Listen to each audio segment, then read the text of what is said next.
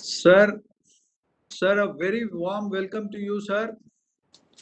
And we are very happy and delighted to have Hardeep Singh Puri, sir, whom we entire industry as well as entire team of NAREDCO want to give a big thank you, sir. Because you and Durga Shankar Mishra and entire Mahua team has through these COVID times guided us and led us and our industry to a prosperity. Sir, we have Renu Karnad madam also, because I know कि today we have a liquidity issue. So I thought in front of you, I would request ma'am to solve this. They are giving money to our consumers, but they are little bit hesitant or that confident.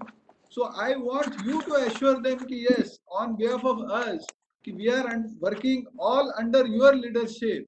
So we will not do anything wrong, and we will see to that. And from COVID times, we have all learned a lesson. So it's a very humble request to Renu ma'am also. And sir, we at Mahua, we are very happy and we have seen your positive approach in taking decisions.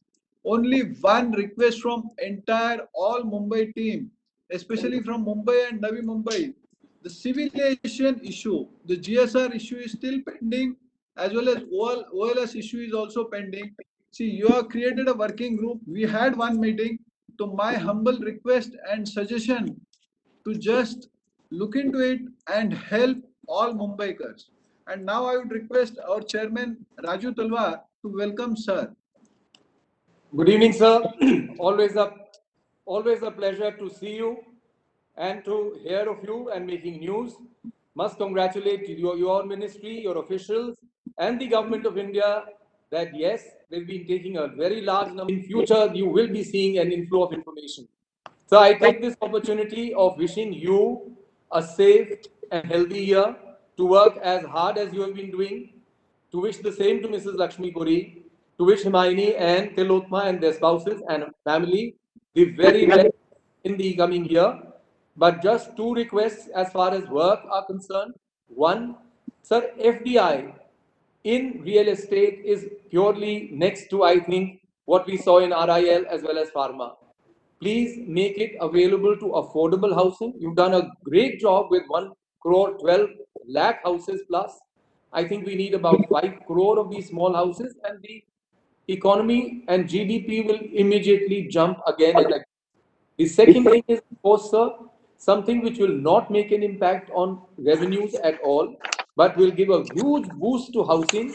Please allow the tax exemption limit for repayment of loans, which is for the last 15-16 years at 2.5 lakhs, to be indexed for inflation.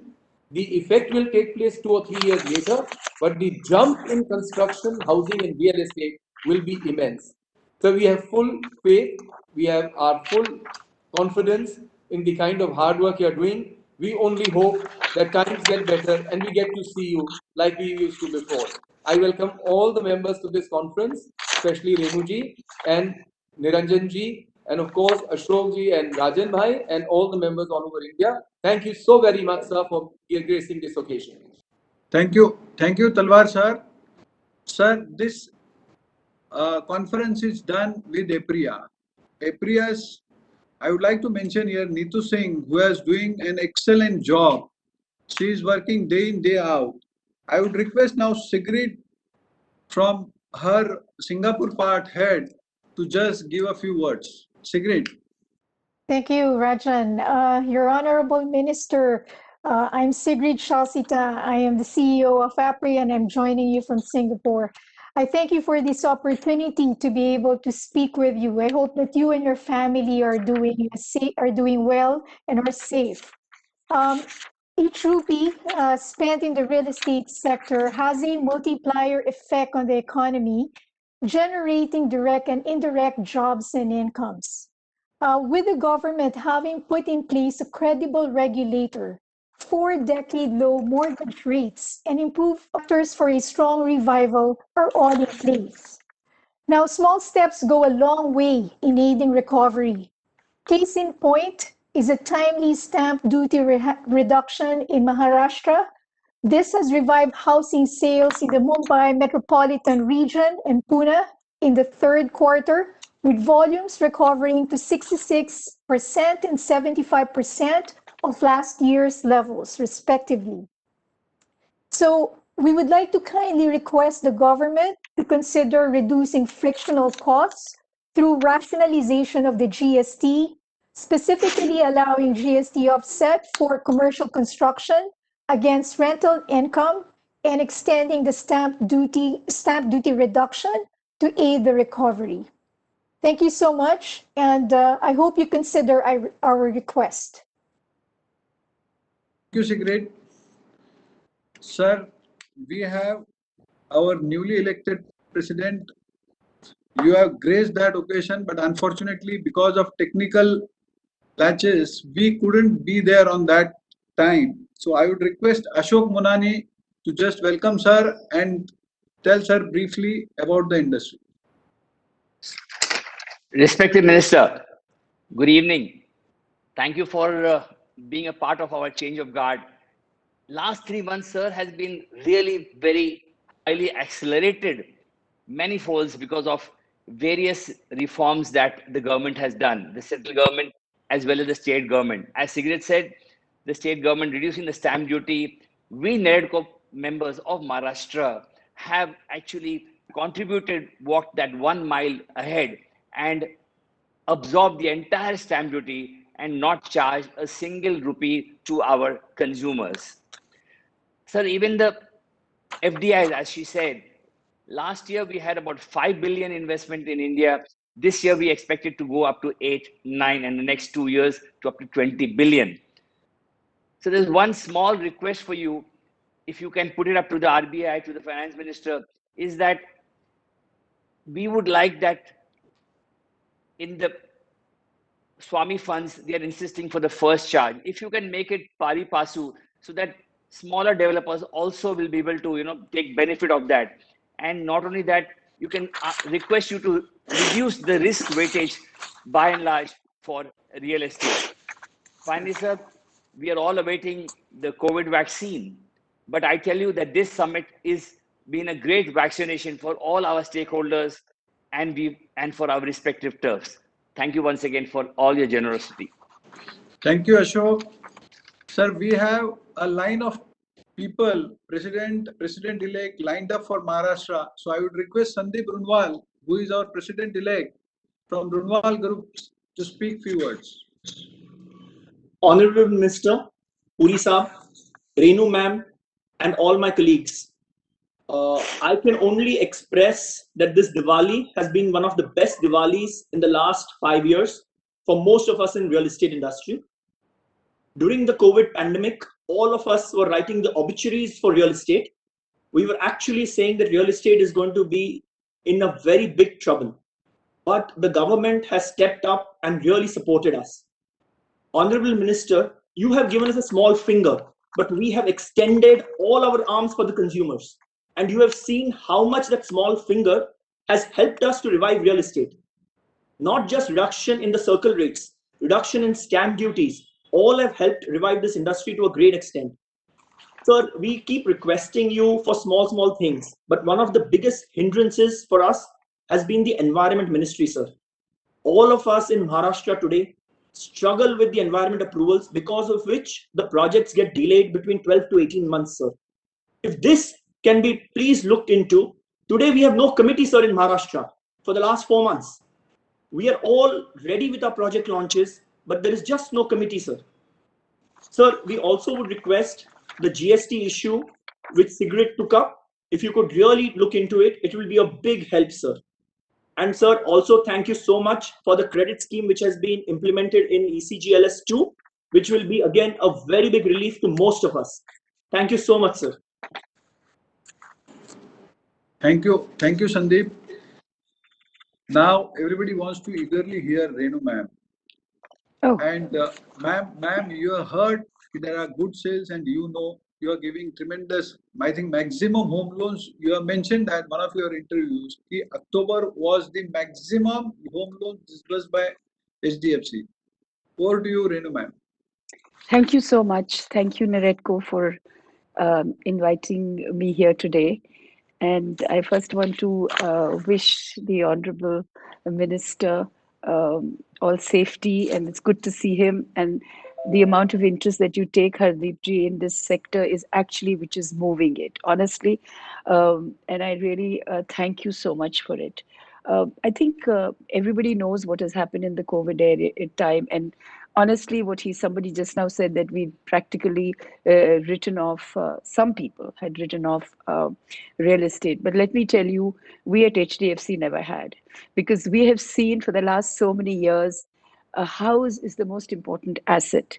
It deferred it. We knew it might get deferred for a few months, for a few quarters, but we never ever thought, even for a minute, that housing as an asset class, and for that matter, real estate as an asset class, will ever be in too much trouble in the next few years.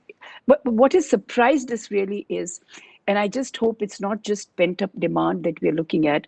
What has surprised us is that it has happened, according to me, a couple of quarters faster than we thought it would have happened. And I think primarily the credit really goes to, honestly, the policy of the Ministry of Urban Development.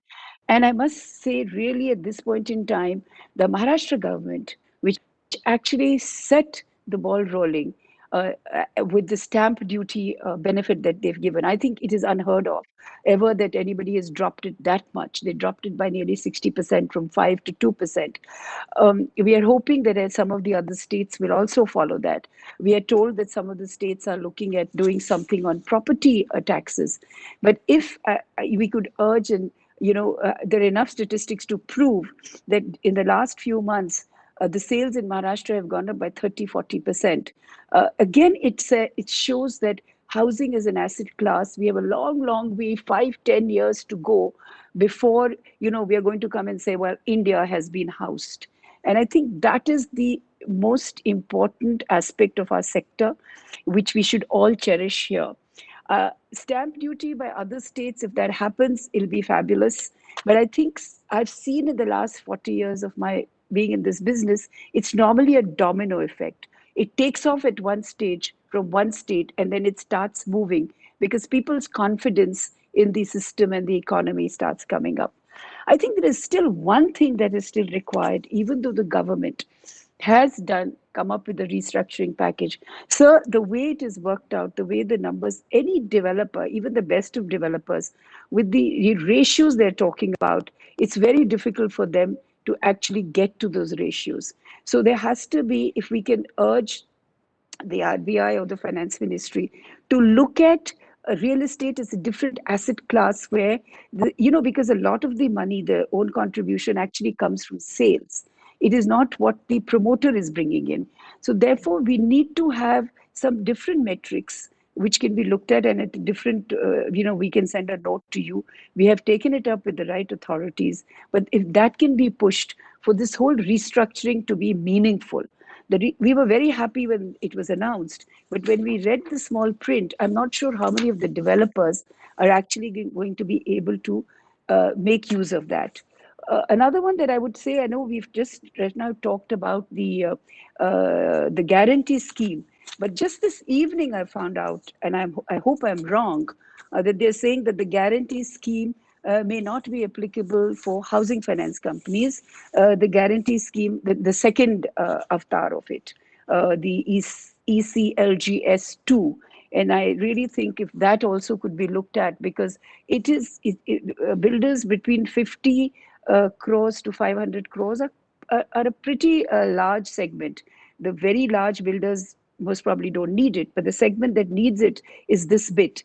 And I think that is not there, and I'll really confirm to you. One of the other things we could also look at, if we are looking at seeing how some of the newer cities have developed, is FSI.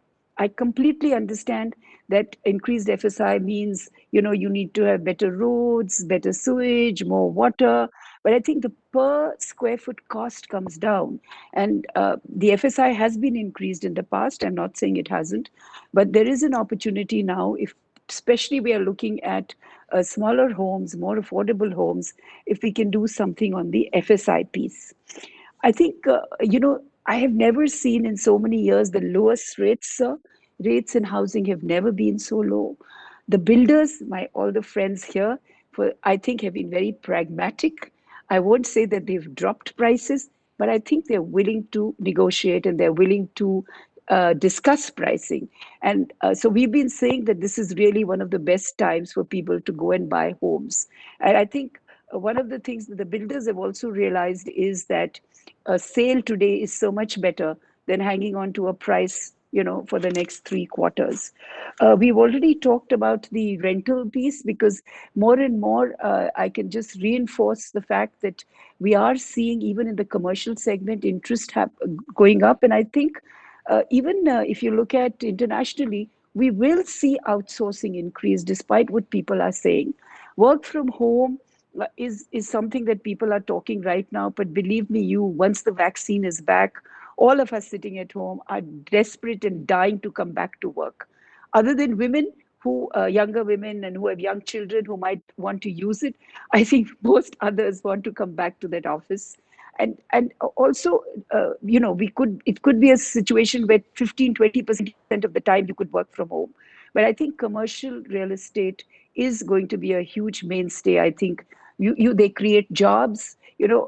People have to have a place to work, and I think it is time that we could do something on the GST front, as Sigrid mentioned. I think these were my suggestions. More than anything else, I just want to thank you, sir. The CLSS scheme has worked absolute wonders. I just have one more request. You're going to say Renu is always asking for things, but the middle income piece, you have extended the EWS to March 22 for the ALSS, the end date. Whether for the middle income, MIG also, if you can do that, because these last 3-4 months have been difficult. So people have really not gone out and been able to always buy what they wanted to. So if that could also be looked at, it'll be fantastic. But the 18,000 crores that has been given for the PMAY by the Modi government, and I'm sure pushed by the Ministry of Urban Development, I think is going to go a long way. Thank you so much. Thank you for inviting us. And I hope, and I assure you, Rajanji, that as far, there is no problem of liquidity in the market, let me tell you. You have enough people. Look at the way the REITs have, attracted money. You have got so many funds, the Brookfields and the, Blackstones of the world. I don't think money is a problem in India at all, Rajan. It's just a question of being able to say that my credit is good and proving that my credit is good, So thank you so much. And I know it's the end of the session. Please share with us what the main points were. Thanks a lot.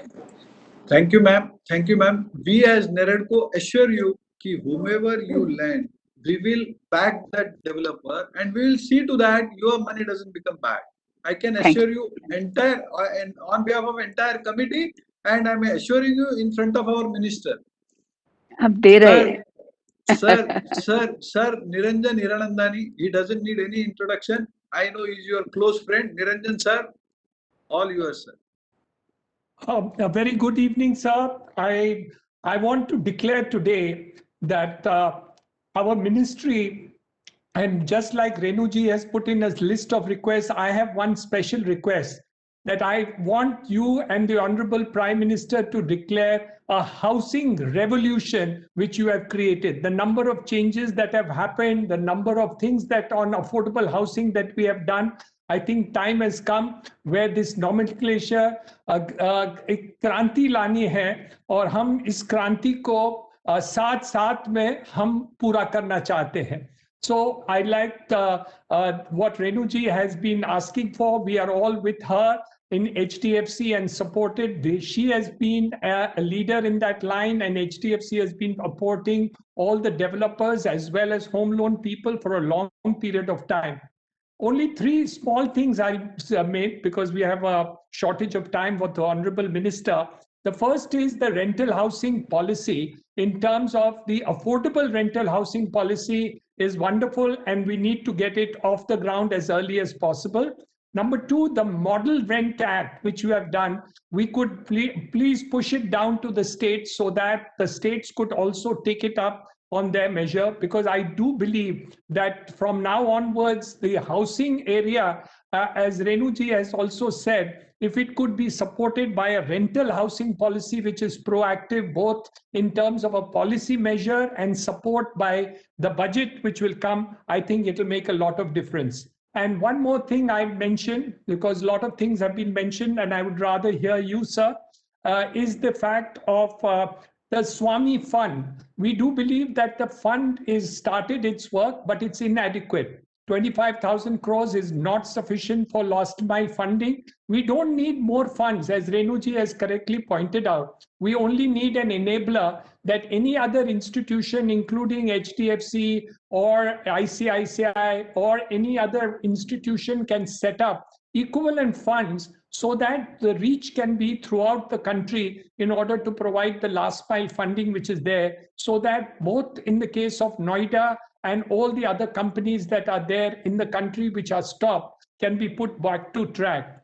I like the issue which was mentioned from Singapore when she said that you in the housing ministry have brought about a transparency which actually has helped a large number of investors to look at India very proactively, and also the fact of ease of doing business, which you have made changes of. Of course, there are hiccups, as Sandeep Rulwan mentioned, about environment and other clearances, but otherwise, with the work which you have done, sir, I salute you on my personal behalf, and as NAREDCO president, on behalf of the entire industry, I salute you and I salute your ministry for the excellent work that has been carried out in the interest of the nation. Thank you very much, and look forward to hear from you, sir. Thank you, sir. Hardeep Singh Puri, sir.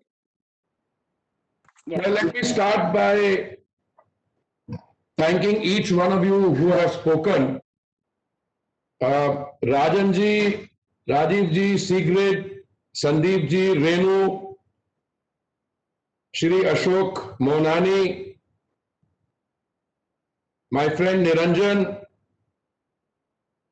Let me just say how happy I am personally, and I want to place on record my appreciation to the National Real Estate Development Council, NAREDCO, and the Asia Pacific Real Estate Association, APREA, for organizing this year's Real Estate and Infrastructure Investor Summit 2020 in a virtual mode. We are living through extraordinary times, but I think we can all collectively draw satisfaction from the fact that we are managing to adapt. There are two ministries in the government for which the Prime Minister has very graciously assigned me independent charge. One is the Ministry of Civil Aviation and the other is the Ministry of Housing and Urban Affairs. I've been longer with all of you in Housing and Urban Affairs than I've been in Civil Aviation. Let me just say that when one of you said a few minutes ago that this is a very good Diwali, he in fact went on to say the best Diwali, that was music to my ears. Because I've always maintained that COVID, whilst it presents a challenge, it also presents a great opportunity, and that we will seize the opportunity. In the ultimate analysis, the Prime Minister, who is overall responsible, he had to make a difficult decision, and I think he got the decision on saving lives totally correct, and we went in for an early lockdown. The early lockdown, when it came, resulted in the fact that in the first quarter of this year, April, May and June, we had virtually no growth. But equally, his decision to open up the economy in a calibrated, carefully thought through manner has resulted in a situation where, apart from saving lives, and we utilized the period we had to save those lives by getting our act together in the area of manufacturing PPEs,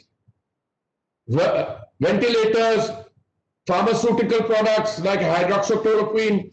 I just had a bilateral interaction with the French. There was appreciation from them, from the British, during the last bilateral I had. Today, I can say with confidence that in most areas of economic activity, we are almost at pre-COVID levels or even higher. When I saw the GST figures for August, it looked good. When I saw them for September, now we are plus. If you look at fuel consumption, we're doing very well. So I'm not going to share with you because you are the actual economic operators, you deal with the situation on the ground. But when you tell me that this has been a good Diwali for the real estate sector, believe me, that is music to my ears and I'm delighted. Let me just say that civil aviation, which is a very good driver of economic growth and also a good indicator of economic growth, when we closed down, from close down on 23rd March, we still did Udan, Lifeline Udan, we did repatriation flights, we started Vande Bharat on 6th May. I think in Vande Bharat we've already brought back something like what, 3 million people, which is a huge number. We brought back 1,500 tons of medical supplies from outside. We distributed 972 tons within the country. We exported 30 tons. When we opened domestic civil aviation, we were at a point of 30,000 passengers a day. 2 days ago, we registered 238,000 in a day. And I've been on record, I stuck my neck out, but now most people say that I got it right. Between now and the end of the year, we will be at pre-COVID levels of 300,000 plus. So the economy is reviving. We have more resilience and we've learned from the experience. And I think if the government schemes had not been in place, I mean the Swachh Bharat scheme, the sanitation program, building toilets, individual households, the community toilets, the Pradhan Mantri Awas Yojana, but we also learned something from the pandemic. Before I go to those individual areas, let me respond to some of the points which were made during the presentation. There was a proposal that real estate, and I think it came from my friend Renu, real estate should be dealt with as a different asset class. Look, I'm entirely with you. Send me a note. I will try and absorb the note. If after that I need a discussion with 3 or 4 of you over a coffee or in virtual mode, we will include officials from the Ministry and Secretary. And I'm willing to run with that to my senior colleague, the Finance Minister, and try and push this forward. Thank you. But I want to now come back to a couple of other things. Niranjan raised 3 points. Rental housing, I have a section in my prepared remarks which deals with rental housing, especially the affordable part, in a very comprehensive manner. His point on Model Rent Act, I totally agree with you. His point about the Swami Fund, 25,000 crores not being sufficient, and the suggestion that we must enable other institutions, no matter who those institutions are, but to do the same thing for last mile connectivity. Again, I think it's a great idea. Give me a paper on that, and I'm willing to make that recommendation, because the Swami Fund is also based on sound economic principle. And if the government can run something on last mile connectivity, I don't see why my friend Renu or the others can't come in there, because there is. And I totally agree with Renu. This has been my, I'm new to real estate. I'm new to the urban sector. I spent 40 years doing something else. But I have never believed for a moment that any of our schemes actually suffers on account of lack of liquidity. There's enough money around within the country. There's enough money outside. What we need are proper bankable projects. And I'm delighted to see that we are looking at these now. And on all the other points that were made, increase FSI, I totally agree. But you can increase FSI only if all the stakeholders cooperate, and if you have a situation in which parking provisions, solid waste management arrangements, all of them are in place. Get those in, and you'll see how quickly this begins to move. You said nice things about, in fact, Niranjan also suggested that we call it a housing revolution. Well, look, my friends, this has to come from you, not from us. What you should start by doing is do a compilation of what has been done. That way you acknowledge that the government and the industry, NAREDCO, have worked hand in hand in the evolution, design and implementation of a joint project.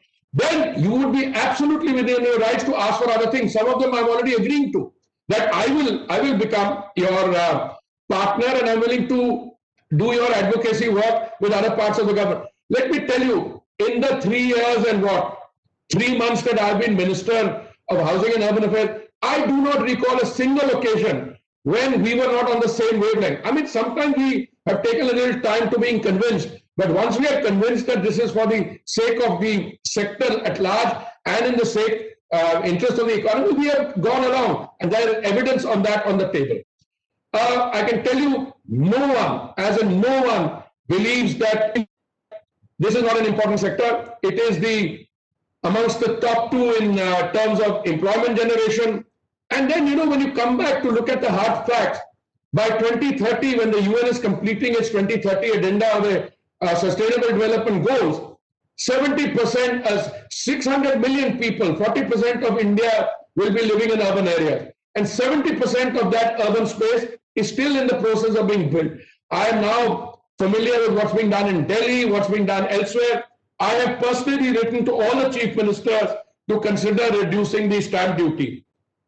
And they are complying. I mean, somebody used the word domino. I agree with you. Well, it may not be as quickly as a domino, but they are complying. And then when we put these stories out, that reduction in stamp duty is accelerating economic activity. And I'm glad you invited Renu and say nice things to her, because even otherwise she's very helpful. But she's today categorically said that there is no shortage of liquidity, and as far as she and her organization are concerned, they will helpfully come forward and give more and more loans. I'm going to skip some of the prepared parts of my speech. I can have my guys going. I just want to start by recalling what the Prime Minister said on 5th November when he was speaking at the virtual Global Investor Roundtable, what he said about the Atmanirbhar Bharat on that occasion. He said, and I quote, "India's quest to become Atmanirbhar is not just a vision, but a well-planned economic strategy. A strategy that aims to use the capabilities of our businesses and skills of our workers to make India into a global manufacturing powerhouse. A strategy that aims to use our strength in technology to become the global center for innovations. A strategy that aims to contribute to global development using our immense human resources and their talents. Today, investors are moving towards companies which have a high environmental, social, and governance score. India already has systems and companies which rank high on this. India believes in following the path of growth with equal focus on ESG." Having said that, I must say I was a little, I must choose my words carefully. I was a little disheartened to note that you are having difficulties on the environmental clearance side. I have 2 suggestions. If a problem is state specific, and if, as in the case of Maharashtra, you don't have a committee in place, I think that can be easily rectified. I mean, your office bearers just need to seek a meeting with the Chief Minister and tell him to institute that committee. If the problem has a different character, you let me know the facts. I'm willing to speak to my senior colleague Prakash Javadkar ji. I'm willing to write a letter to him, but let me know what the nature of these clearances are, which are getting delayed. I mean, one is a general complaint. Well, I have to face it daily also. But if we are compliant, I don't see why we should be in a position of having to face delays when all the other compliances are in place. But as I said, let me know what needs to be done, and I'm very happy. On the issue of stamp duty, I've already told you. I've written to all the chief ministers. I'm very happy that Maharashtra and Karnataka have already reduced the stamp duty rates on transactions of immovable property to boost sales under the real estate sector. and the initial estimates suggest that there has been a very good response to these decisions, and that's what I hear from all of you as well. The sale registration in Maharashtra for September 2020 has surpassed the registration done in pre-COVID era and recorded the highest registration for the calendar year, which is 1,19,834. One of the major factors contributing towards this growth is reduction in stamp duty by the state government. I would like my colleagues who are with me here to address another letter to the Chief Minister, pointing to the experience we've had with Maharashtra, where we can say other factors there, but reduction in stamp duty, I think, is the main thing, and I will give it a renewed push so that we can take it better. I'm very happy that nearly 400 developer members of NAREDCO Maharashtra have absorbed the stamp duty to waive off the burden on home buyers. The developers from other parts of the country should also, I think, be approached by all of you, because a word from you on this, I think, carries more weight, but I'm willing to again join in that. We have taken several steps under the Atmanirbhar. I'm again not going to, invoke the force majeure clause, extend the completion date, suo moto. We have also extended completion date for projects by 6 months on projects which are expiring on or after 25th March. We have provided the regulatory authorities extending the timeline for a further period of 3 months, if so required. RERA authorities of 27 states, UTs have issued orders, circulars. I'm not going to repeat these because I think you are aware of what this is and you have actually implemented it. I'm very often asked what has changed. And I have a very simple answer. I said after the Modi government came in 2014, and I was not part of it till 2017, everything has changed. The whole style of doing business, the cooperative federalism, the incorporation of NAREDCO and other stakeholders into the decision making. And I think prior to 2014, the state share of total central revenues amounted to 32%. Immediately after the Modi government-led NDA came to power, the state share increased to a whopping 42%. And the Prime Minister has said that he understood the problem faced by the Chief Minister. Another dramatic change has been the zero tolerance of corruption. And here again, I invite you, whenever some of you have approached me saying that there is some wrongdoing, I tell you, please give this to me in writing. If you have any hassles in doing so, give me an unsigned note and I can look you in the eye and tell you in each case, we have tried to intervene to help correct the wrongdoing. And I think this government, with great confidence, can turn around and say it has a zero tolerance norm. Certain things take place in industry. I'm not happy about that, but it's not my job. I think some self-regulation is required. And I'm sure most of you know this better and feel the need to correct that also easily. One of the experiences we learned is that in normal times, you can conceptualize, devise and implement schemes. They stand you in good stead, like the Swachh Bharat Mission, Pradhan Mantri Awas Yojana, Amrut, Smart Cities Mission. And I think it was Rajan who said, out of 1 crore, 12 lakh, I think we've already sanctioned 1 crore, 7 lakhs. And we would have done the rest also, but some of us are down with COVID. We will not only complete all the projects on time. Today I told Shashi, my minder, I said, draw up now a matrix. Which project started in June 2015? What is the completion date? How many percent is completed? And the matrix will look good. But we learned some lessons during the COVID. And one of the lessons we learned is that you can do the best planning in the world, but there are some things which come new. We discovered the problem of migrant workers, and this affordable housing, rental housing complexes is precisely designed. And let me assure you, it has got off to a roaring start. We have signed MOUs with 27 various state governments. Chandigarh already has 2,194 houses vacant under Jain NURM, which have been converted into affordable rental housing complexes by the Housing Board. 800 houses have been allotted. I can go on giving you the statistics. So here is a scheme recently devised, conceptualized, and it is being implemented. Let me also tell you that another area where we found people were somewhat vulnerable was street vendors. We conceptualized this scheme, announced it on June 1. It has already been made, it was already made operational by 2nd July within 1 month in record time. And today we have more than 28 lakhs who have registered on the portal. The intention was to provide these loans of 10,000 rupees floating loans. You pay that back, you get more. Bring these people from the informal sector into the mainstream by taking their data. Once you have that data, you can make other flagship programs available to them. And announced on 1st June, operationalized on 2nd July within 1 month. And out of the 50 lakhs, we already have 28 lakh people who have registered. Out of them, 15.1 lakh have been sanctioned, and almost 10 lakh street vendors have already been disbursed the loan.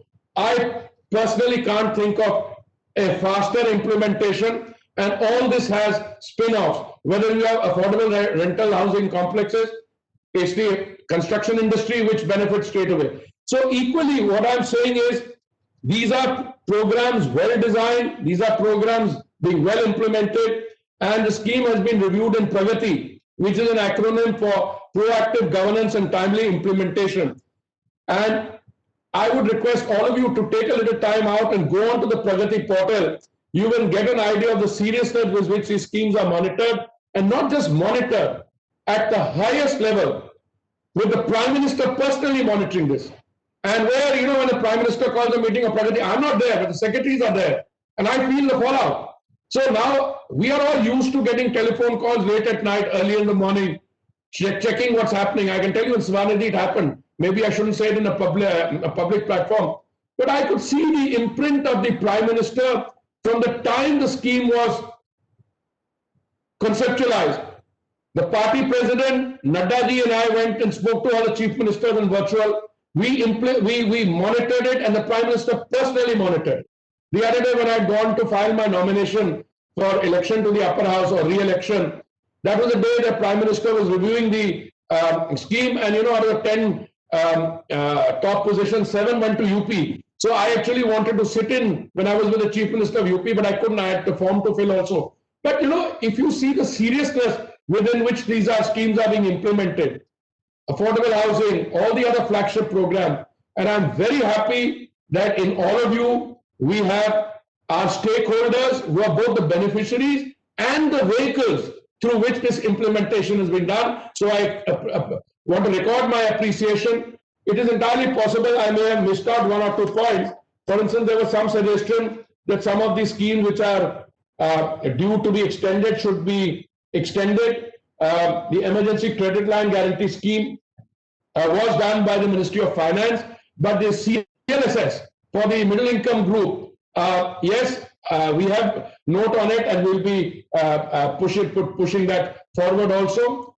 I have tried in the time available to cover whatever I could, but if I have not, my doors are always open to all of you through phone, virtual contact, and if any of you have the time to have coffee with me, properly socially distanced, my doors are open. Once again, thank you very much for having me in your program today. Thank you. Thank you. Thank you, sir. Inspired by your speech, Tara Subramaniam wants to talk for a half a minute. Yes, Tara ma'am. Good evening, sir. I'm Tara Subramaniam here. Lovely to see you again. I just wanted to say a big thank you for all that you have done for real estate today, and I know that you will continue your support. And also, NAREDCO thanks you for making yourself available for all events. Renu, Niranjan, Rajeev, Ashok, Rajan, Subodh have all asked me for what they want, the industry wants, and I'm very, very confident that now it is on your court, it will be taken care of. Thank you again, sir. Thank you very much. Thank you, Taraji. Thank you. Sir, thank you very much. On behalf of entire NAREDCO, we assure you our fullest support and cooperation in all the schemes of Prime Minister as well as MOA as well as government, sir. Because we are obliged and we are very fortunate to have you as our minister, and we have total faith in our Prime Minister because of all positive deeds, whatever we have done, and you have supported, our industry is coming out of all the troubles. And I assure you, COVID has proved us as a blessing rather than a curse, because every individual today wants to own a home. Sir, thank you very much from all the committee members and all NAREDCO people. And I would like to thank Renu ma'am also, Sigrid, Niranjan sir, our president, Rajeev Talwar, Ashok Mohanani, Sandeep Rudwal, Neil Raja, Ashok Patni, Suresh Patel, who is our Gujarat president, Manoj Tripathi, Anil Suri, R.K. Arora, Robert, Rajendra Pate, Abhay Tated, Amit Goenka, Rajesh Goel, and not but the least, Tara Subramanian ma'am. Thank you, sir. Thank you very much. We are very much obliged, sir. Thank you. Thank you, Rajan. I just want to say something. The whole evening, I always endorse what you are saying. I just want piece of unsolicited advice, and I hope you take it in the right spirit. I think the time has also come now to offload some inventories.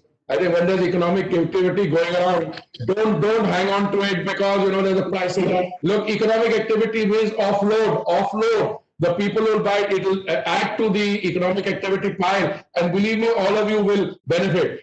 I am entirely with you. I will work not only on the state government, these circle rates need to come down. I was reviewing the circle rates on Delhi. At these circle rates, you can either buy nor sell property, and these choke off. But there's a very good announcement that the finance minister made in the last few days. That is a differential on the circle rate will increase from 10% to 20%. This 20% will lead to greater economic activity, and I think all of you should step up now, get rid of the inventories, etc. Let us now look at a new beginning. And if Niranjan is very gracious, he called it an urban revolution. Call it what you like, but I think the country expects that from you, and you equally will then benefit from that activity. Thank you very much.